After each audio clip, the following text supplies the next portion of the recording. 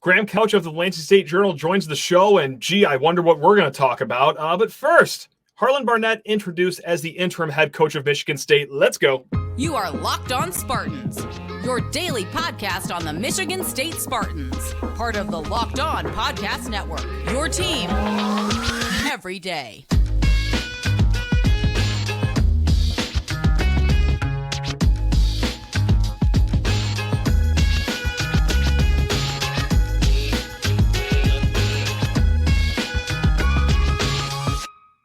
Spartan friends, Spartan family, Locked On Spartans listeners, thank you so much for tuning in to another day of Locked On Spartans, your team in green and white 5 days a week, in the good times and in the bad times.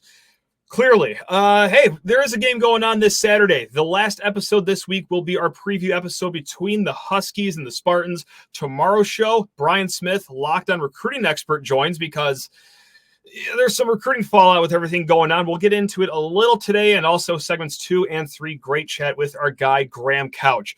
You ever want to reach out? LockedOnSpartans@gmail.com. And please rate, review, and subscribe to this here show. It's Locked On Spartans. Again, I'm your host, Matt Sheehan, and let's get ripping and roaring into the episode. Tuesday, early afternoon, Harlan Barnett, a guy that's been at Michigan State for it's what seems like his whole life, minus a small stint down in Tallahassee, introduced as the interim head coach of Michigan State. And nice opening statement, talk about how galvanized the team is and said, quote, "We have a mission to complete and we are mission focused." So set the tone early right off the top. But then, of course, was asked by the fine media contingent a few questions. The first one being about Mark Dantonio reunited. And he pointed out, Harlan Barnett that is, that Mark was the first one to give him a coaching job back at Cincinnati in 2004 and remarked, quote, "Brings a calming presence, the wisdom, the knowledge of being a head coach, a successful one at that." So yes, some comfort with Mark Dantonio added. We talked about that yesterday, that a lot of the players are fired up. Just having that, just like Harlan Barnett says, calming present back on the sidelines in Mark Dantonio, that's only going to help things a little bit here. Also, Barnett did remark this as well. Quote, "I wanted to be the head coach of Michigan State, but not in this way, obviously. That's always been a goal of mine." And Harlan, who cares how you got here, baby? Who cares how you got the head coaching role? This should be celebrated. We all take weird paths in life sometimes to get where we want to go. You're head coach. Don't feel bad. Celebrate it. So I highly doubt he watches this show, but if anyone in the Barnett family wants to pass that along, be my guest. Harlan Barnett also mentioned that he plans to meet individually with every single player on the Michigan State team, and that's no small task. If you're unfamiliar with how many kids can be on a college football roster, so many that a lot of the kids wear the same jersey number because it's over 100 kids. He's met with about 27 players already, aiming for another 20 later on Tuesday. And this is amongst all of the normal team operations, position group meetings, and all that stuff. So Harlan Barnett might just be on the Buddy the Elf sleep schedule, just getting a smooth 15 minutes of shut-eye per night here. But, man, he's taking the role seriously right off the jump here. So, yeah, you've earned the head coaching role, Harlan. Come on. Just another example of that. Now, of course, it's not all just, picking daisies and having a good time here. One of the underlying issues here is, well, what players are going to stay or which ones are going to go? And we get into this with Graham Couch quite a bit here in segments 2 and 3, but the transfer portal does reopen up in the middle of the season. And with the new, I shouldn't say new NCAA rule, it passed a few years ago, but you can play 4 years of college football in a season and still maintain your red shirt. It's like a whole fresh year of eligibility. Are any players going to bow out halfway through the season, seek greener pastures in the transfer portal, keep their red shirt, and use this year of eligibility elsewhere? It'd be naive to say that wasn't a worry, but he was asked about this at his press conference.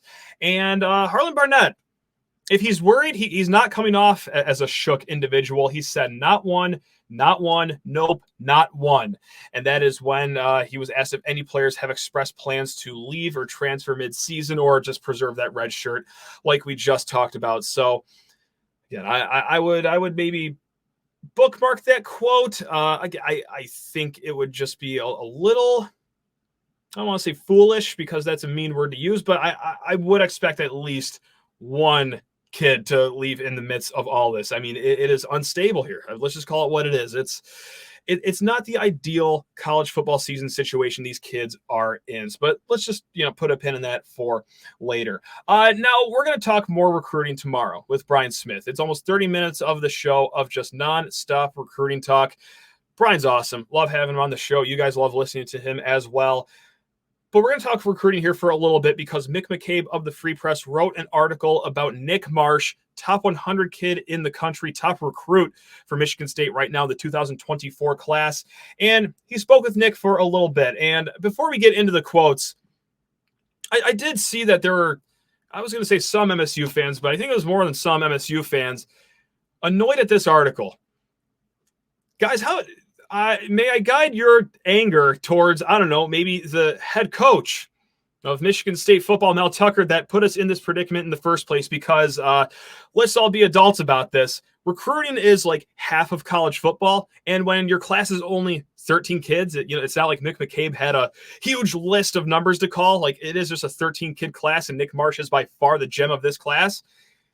Yeah, we're going to want to talk to him and see what he's thinking about this whole situation. Nick Marsh said, quote, "I'm just waiting it out. I want to see how the coaching staff plays out at Michigan State, see if everyone is staying, who's the new head coach. I actually want to see what happens." Which, I'll pause here. I got to say, that's probably reassuring to hear from Nick Marsh. Now, this is a kid that has committed to Michigan State and then decommitted from Michigan State and then in July committed again to Michigan State. Does he want to do this for a third time? And also, he has visited Michigan State more than any other campus. He does have a tight relationship with Courtney Hawkins. I know that every single other school that wants Nick Marsh has been calling Nick Marsh, and he said as much. I mean, he has said that other coaches have been calling him because, well, look, predatory or not, that's just what good coaches do.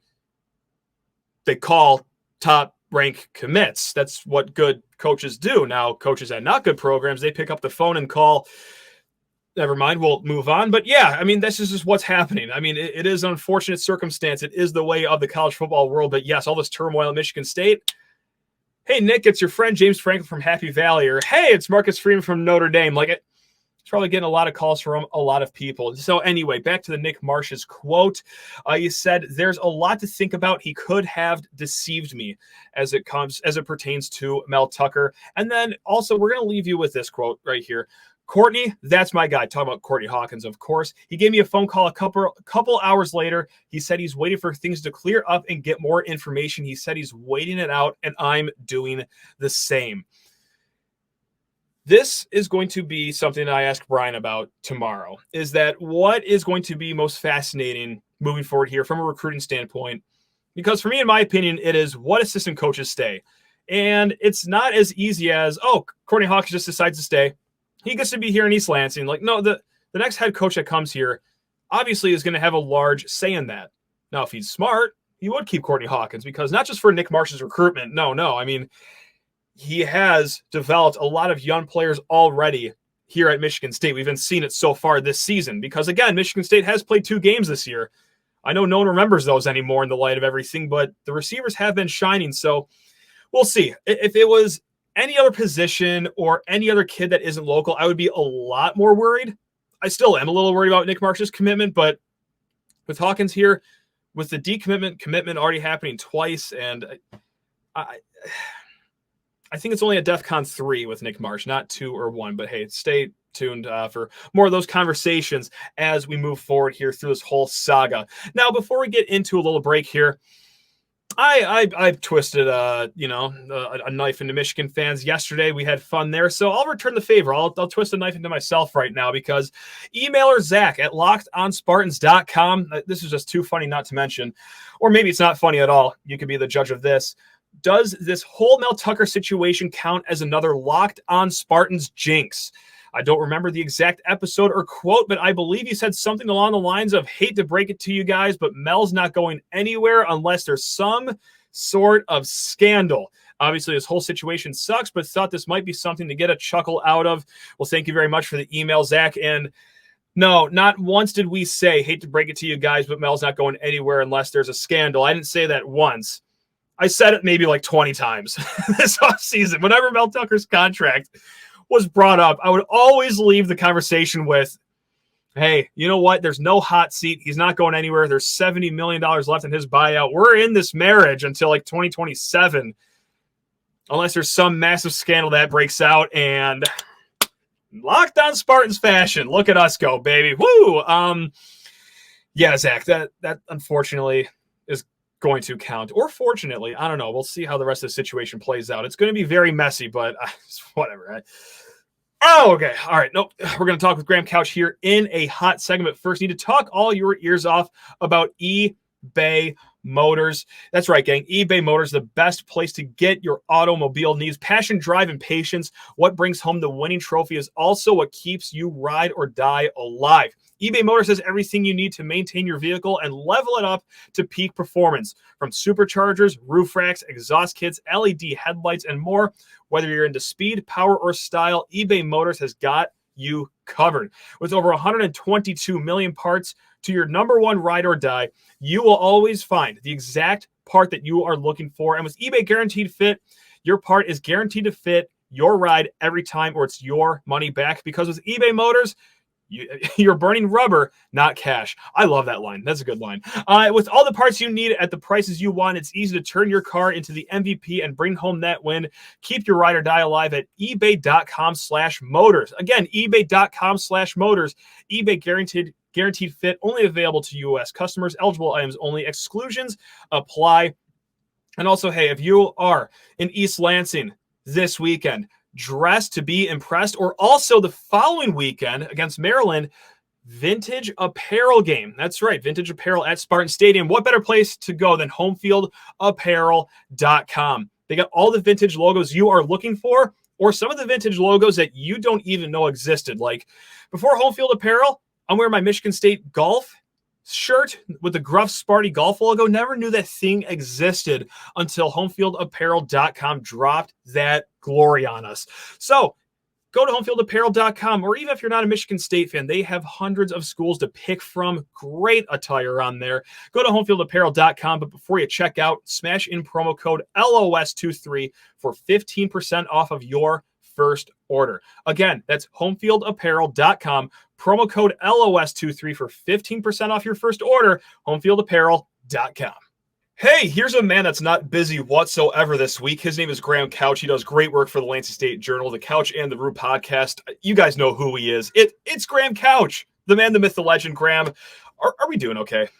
Truly. I'm doing fine. Yeah, I apologize for my professional attire for people who are watching this, but I mean, that's considered the Locked On Spartans tuxedo there. Baseball hat, t-shirt, like you're dressed in the nines right here on this show. Graham, I want to kick this chat off with the question on everyone's mind here. Did anyone in the history of mankind have better timing than Matt Charbonneau of the Detroit News, having his final day on the beat being Saturday, roughly 6 hours before this all exploded? Like, has anyone ever done better with timing than him? No, it was pretty good. Now, I believe he was technically working on Sunday, and I didn't see him around too much. But but yeah, he had great timing. And if you're ever going to exit, that was a good day to do it. Yeah, he walked out of the building before the dynamite exploded, which you can't do it better than that. Graham, this is messy. The last time that I recorded, we did not get to Mel Tucker's statement. We did not get to Brendan Tracy's statement on Mel Tucker's statement, or Gretchen Whitmer even had a statement. Everyone's joining the party. Everyone's got something to say about this. How messy is this going to get? I mean, this should not be a surprise. There's roughly $70 million at stake for all parties. How long is this going to drag out? Just how annoying is this going to be, Graham? It's a good question. I mean, it at least goes through the Title IX hearing in early October, and then a little bit after that when there's decisions or appeals, whatever comes out of that. But when there's that much money involved, I have to imagine that Mel Tucker is going to want most of it or some of it and try to get it. And so what that means, I don't know. It's because I do think he'll be fired after that, and I don't think that Michigan State is going to fire him with the understanding that it's going to pay him. So that is then going to make things a little bit messy. I think Michigan State will have the cause to do so, though. So I don't know what leg Mel Tucker will have, even if there are some things that, that if, he has some decent points, or this wasn't the worst crime in the world, or all, there are lots of things that people can point to there. But, this is somebody who is a leader of young men on campus, who's supposed to have good judgment and some self-control. And, and obviously there's the thing that she was a vendor on campus, somebody he brought in. Like, there are just, and he's embarrassed himself in the campus in Michigan State as part of this, and that's part of his contract. So I don't think there's any way that he ever coaches Michigan State again. The hearing will determine a little bit about, where it goes financially, I think a little bit, but it could get messy. It could also be, to this point, it appears Michigan State has at least handled it pretty well, other than the press conference the other day. But it's different, But I'll say this, as much as I was critical of them for the press conference, it is better to screw up the messaging than to screw up the process. Yeah, definitely. And to this point, based on not just what I've learned then and since then, and other colleagues have learned, it appears they had done this correctly, mostly, at least from what we can tell, and that's a positive sign for a place where things haven't always gone right in the Title IX process. So, so from that standpoint, from the MSU standpoint, from the criticism of Michigan State's handling of this, I think that could be a relatively short story, and people looking into that, we could discover in short order that was done okay.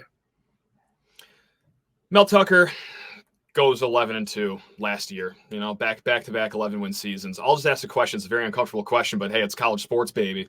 Winning solves a lot of things. Graham, what's the conversation like right now if they did have a recruiting class that, could not just entirely fit in an elevator? Like, it's a small recruiting class yet again. 5-7 last year, uncertainty in the program. Is this a thing where, hey, if they do have another New Year's Six bowl game last year, different rhetoric from the fan base, you think? I hope not.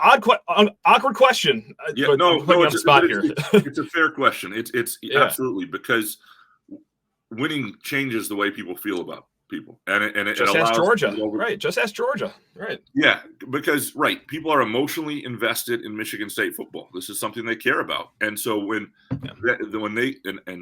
Michigan State football does well and gives people good feelings and good vibes, they're going to stand up for that. However, I do believe that people right now are tired of everything that's going on at MSU, of this sort of thing. Yep. And so I think that, like, I have noticed, just in terms, there are people who are like, hey, Mel Tucker should have his day in court. That's a fine opinion. But I also think that there are more people than I have seen previously, when there have been situations like this, that are quick to say that's it. People who were in his corner very recently, people who had high hopes for him.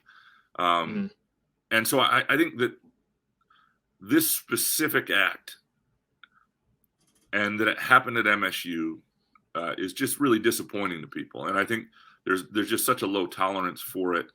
And again, I know this isn't O.J. Simpson here. This isn't some, Sure. I think that's important. I just, but he is also the highest paid state employee. He is also the football coach of the program that is the largest athletic program in Michigan State University. That there's just so much that he's been trusted with, and I think people recognize that you can't really trust him anymore.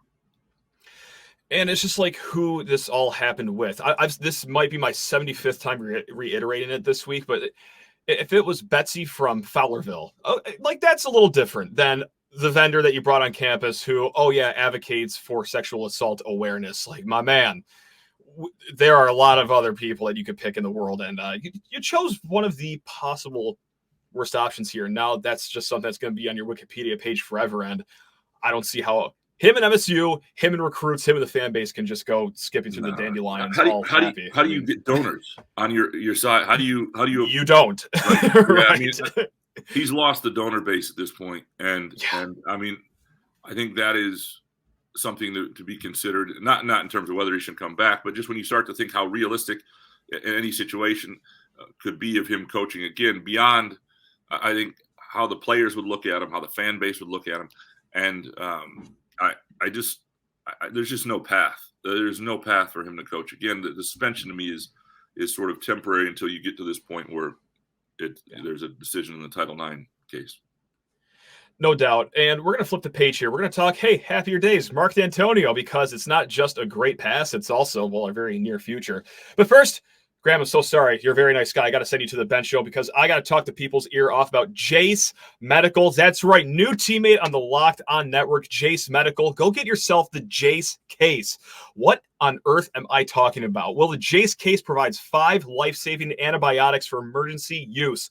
All it takes to get a Jase case into your household or your car, your RV, fill out a simple online form, and in some cases, just jump on a quick call with one of their board-certified physicians. You never know when you're going to need some life-saving antibiotics, or hey, let's say your doctor's out of town or you're out of the country, just throw it in your luggage. It is going to eliminate the hassle with storms, shortages, pandemics, the reliance on supply chain issues.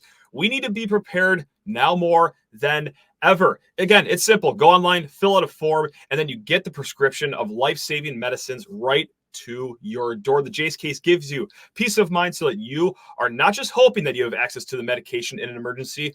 You just simply have it in your house. Save more than $360 by getting these life-saving antibiotics with Jase Medical, plus an additional $20 off by using my code LOCKEDON. That's all one word, LOCKEDON, at checkout at jasemedical.com. That's JASE medical.com. And let's get Graham Couch off the bench here. Very, very generous with his time, and another fun-fueled week in East Lansing here. Hey, Graham, this is fun. Mark Dantonio's back on the sidelines. Simple question. Like a home run move by Michigan State, all things considered, not just from the coaching aspect, but the donors are very important people. The players, I would say, are very important people. Is it pretty obvious move to bring him back? I don't know. Okay. I don't think his role will be as big as some people imagine. I think it's very much an advisory role. And for Harlan Barnett, somebody he trusts and knows. But the thing, if you're trying to get a successful season to work, you've got a coaching staff that's been building toward this and knows the players, knows the systems, has all that in place, and they're going to run this thing. Harlan Barnett is going to oversee it and run it as the acting head coach. And Dantonio, I think, will have more of an advisory role. Now, he is somebody with a wealth of experience, and he's, in a lot of ways, a beloved figure. His legacy is I think, only improved since he left. And I think he has value, as long as he understands and doesn't too much insert himself in everything. But I don't think he has the control to do that. And I don't think they'll do that. And but yeah, no, I think it's an interesting move. He obviously, if this goes at all well, it only increases his legacy as the guy who came back. But I do not really know, to what extent his role will be. They didn't lose their defensive coordinator. They didn't lose their offensive coordinator. They really didn't. If anything, they lost a secondary coach in a sense as he moves to the head coaching job. And hey, that was Mark Dantonio's specialty at one point. Maybe he'll do some stuff back there. Who knows? Yeah. I don't know. And I think he will be a sounding board for Barnett, for players, somebody to talk with, somebody who's just like a good vibes person to have around too, and somebody who understands how this stuff needs to work and has been through adversity before. What does this change for Michigan State, like on the field this season, as far as, hey, we're at the end of the year, it's the last week of November. Like, do you change some predictions? Like, are there some games that you think differently about? Because certainly, unless I've missed something, Vegas has already dropped the spread to 4 more points. I think it was 11.5 before the story broke. And last I checked on FanDuel, it's at 16 points. Our Spartans are that heavy of underdogs here, unless I've missed something. I saw it. But it was on last week. it was 16 before the game on DraftKings. It stayed steady. So I think Vegas doesn't know, and it's already a big number. So gotcha. I think some places may have had it lower, but some places have held steady. And good to know. And 16 is a huge number for a road team coming in. Oh, it's big. Oh, yeah. Oh, it's not fun. Yeah. But it's also, I think, a number that I would be like, I wouldn't tell people to bet Michigan State here. We don't know what we're going to get. Yeah. But I would also not tell people to bet Washington at that number on the road. You do not bet. It's so weird. I know. On the road very often, unless you have a truly dominating physical matchup. And that is not this. Washington is not a program that physically, this is not Nebraska 95, Alabama a couple years ago. This is not Georgia. They are a very good team with an excellent quarterback who's turning 36 tomorrow. It's just been around forever. Talk about a guy who will, I can't imagine Dantonio walking back into this being going, what? Michael Penix? I know, right? Yeah. He was around when I was coaching. He torched us in 2019. That's going to be a challenge. That passing game's good. The team is really good. And football is also ultimately about execution and focus and talent, and they have enough to win big, but I think Michigan State has enough to hang in there. I think they'll be a motivated group. I actually think Michigan State will be pretty focused this week, pretty dialed in. It's going to be a tough early week, but I think they'll be wanting to prove that they're more than this, that they're, some will be playing for Mel Tucker maybe. Some will be playing for themselves. Some will be playing for each other, the coaches on staff, proving that this can work. It'll be important for Harlan Barnett that this goes reasonably well.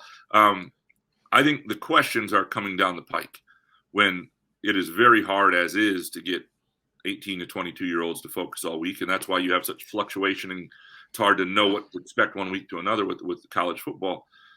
And their resolve is going to be tested, and their focus is going to be tested because they're not good enough to not have games where things go wrong. And so how do you respond to that? When Mel Tucker gets fired, and I believe, and I need to look into this, but the transfer portal opens up for 30 days immediately. What happens then? And I need to look into it, because if that's the rule, even in season, this doesn't happen in season very much, but if that's the rule in season, that's a really bad rule. The rule should be the transfer portal should open up to all these kids, to be fair to them, immediately after the season. But they can't play somewhere else anyway this season. Why should they have to give up part of the season? Why should they have to make that determination in the middle of the season? They should have as many data points as they can get about their current situation, the staff, whether they're going to bring in a new staff, keep this staff, whether they want to be on Michigan State's campus, how the rest of their fall goes. I think that's one of the only good things about the timing here for the players who are really kind of screwed over here is if this happens in July, and then they're making a decision whether to transfer or not late, on the latest data point being, well, Mel Tucker's gone. What does that mean for me? What does that mean? I'm making my decision with only that. That's the new recent thing. How different things are going to be, I don't know. What they're going to do eventually, I don't know. And you may have time to find a good spot. You may not. It may not work out. I don't think it would have been the best for them. In this case, and now, again, the transfer portal will open up after the season anyway. But some of these guys have transferred once before. It is those guys that deserve the option to decide what they want to do. And I believe you can enter the transfer portal and still play. So that may be the answer. But then it looks like you're walking away from your teammates. But maybe you have to put your name in and play the season, and then you can go. But I think the one good thing about this for the players now is they will have more data to assess. This has happened. The emotion of this will be 10 weeks old. Yep. And they will be able to say, okay, what's happening here? Do I still like this experience? How's the season going? What's the program at? And make, I think, a more informed decision for themselves. Right on. And that's a good silver lining. That it is early in the season and not late in the season, I guess. But Graham, thanks a lot for your time here. You're about to head off to this Harlan Barnett press conference. So if we miss anything that happened later in Tuesday, sorry that we missed that. But yeah, this is the best time to record. And really quick, I just want to get you out of here with a fun question. Or maybe it's not fun. I'll let you be the judge of this. Graham, more likely to happen, Mel Tucker coaches another game for Michigan State University in the year of our Lord 2023, or Mark Dantonio coaches a game for Michigan State in 2024. What's more likely to happen in your opinion? Oh, well, Mel Tucker's not coaching another game for Michigan State. So that's a hard 0. Okay. Yeah. And yeah, unless something, because he hasn't handled the messaging well on this either, in my opinion. And so it's only dug in and made it worse. There are ways he needed a different attorney in a PR crisis firm and some, I mean, this could have been done differently there. But I don't see Mark Dantonio coaching in 2024 either. I would put both at 0. Okay. But if you wanted a 0.1, I would give it to Mark Dantonio. Yeah. Okay, there we go. They just bang out 9 wins here to end the season. They go back to Pasadena, and he gets the itch back on his back that he's got to scratch. Love it. That would be quite the storyline. But God, it's so Looney Tunes in East Lansing lately. I can't rule it out completely. It would just make too much sense for something absolutely, positively crazy to happen here. But hey, until it happens, Graham, thanks a lot for jumping on, man. This was a fun time in a week where it depends how you look at it. It was very not fun, or maybe it was. I don't know. Everyone's got a different taste here, man. So really appreciate you, Graham. Anytime. Gang, we will be back. Brian Smith, recruiting expert of Locked On Spartans, because recruiting is going to be a conversation here. All right, until then, love you all. Go Green.